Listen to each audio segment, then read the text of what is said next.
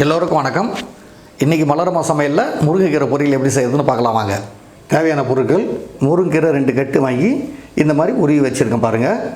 வேர்க்கடலையை வறுத்து தோல்லாம் எடுத்துகிட்டு ஒரு அரை கப்பு எடுத்து வச்சுருக்கேன். ஒரு 6 வரமிளகாய் எடுத்து வச்சுருக்கேன். 5 பல் பூண்டு தோலோடு எடுத்து வச்சுருக்கேன். ஸ்டவ் பற்ற வச்சுருக்கேன். மேலே கடாய் வச்சுருக்கேன். கடாய் சூடு இருக்குது. இப்போ எடுத்து வச்சுருக்க 6 மிளகாவை நான் லேசாக அதில் வறுத்து எடுத்துக்கிறேன். மிளகா வறுபட்டுச்சு. இப்போ நான் எடுத்துக்கிறேன். இப்போ அதே கடாயில் நாம் ஒரு ஸ்பூன் எண்ணெய் ஊற்றிக்கலாம். கடுகு கொஞ்சம் போட்டுக்கலாம். கடுகு பொரிஞ்சதும் எடுத்து வச்ச கீரையை போட்டுக்கலாம்.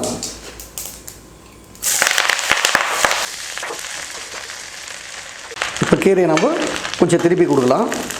கீரை பார்க்கறதுக்கு தான் நிறையா இருக்க மாதிரி இருக்கும், ஆனால் அது வதங்கிடுச்சுன்னா ரொம்ப கம்மியாக தான் வரும்.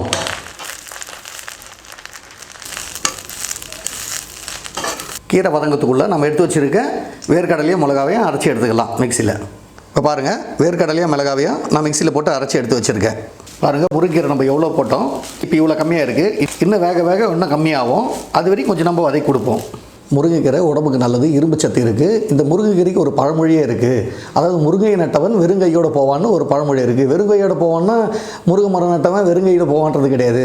அதுக்கு காரணம் என்னன்னு பார்த்தீங்கன்னா, முருங்கை மரம் நட்டால் அந்த முருங்கை மரத்தில் பிசினு, பட்டை, பூவு, காய், இலை எல்லாமே நமக்கு இரும்பு சத்து கொடுக்குறது, உடம்புக்கு நல்லதானது. அதனால தான் முருங்கை நட்டவன் வெறுங்கையோட போவான்னு சொல்லுவாங்க. அது எதுக்குன்னா இதுக்கு தான். இதில் இருக்கிறது எல்லாத்தையும் சாப்பிட்டோம்னா நம்ம நாளைக்கு வயசான காலத்தில் கோல் ஊண்டிட்டு போக தேவையில்ல, வெறுங்கையெல்லாம் நடந்து போகலாம். இதை தான் முருங்கை நட்டவன் வெறுங்கையோட போவான்ற பழமொழி.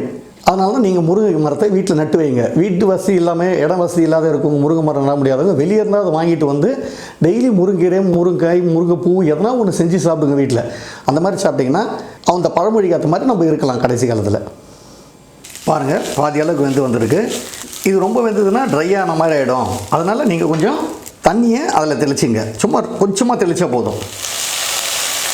தெளிச்சிங்கன்னா அந்த பச்சை இதுவும் அப்படியே இருக்கும் உங்களுக்கு, இல்லை ட்ரை ஆகிடும். தண்ணியை கொஞ்சமாக தெளிச்சிங்கன்னா போதும். பாருங்கள், இன்னும் ஒரு 5 நிமிஷம் வந்ததுன்னா போதும். பாருங்கள், கீரை நல்லா வதங்கி வெந்து வந்திருக்கு. பூண்டை இடித்து வச்சுருக்கேன், அதை அதில் போட்டுக்கலாம். பொடி பண்ணி வச்சுருக்கேன் வேர்க்கடலை மிளகாவே நம்ம அதில் சேர்த்துக்கலாம். இவர் வேர்க்கடலை மிளகாய் இடித்து போட்டதுனால டேஸ்ட் ரொம்ப நல்லாயிருக்கும். இது இப்போ லேசாக நம்ம சால்ட்டு போட்டுக்கலாம்.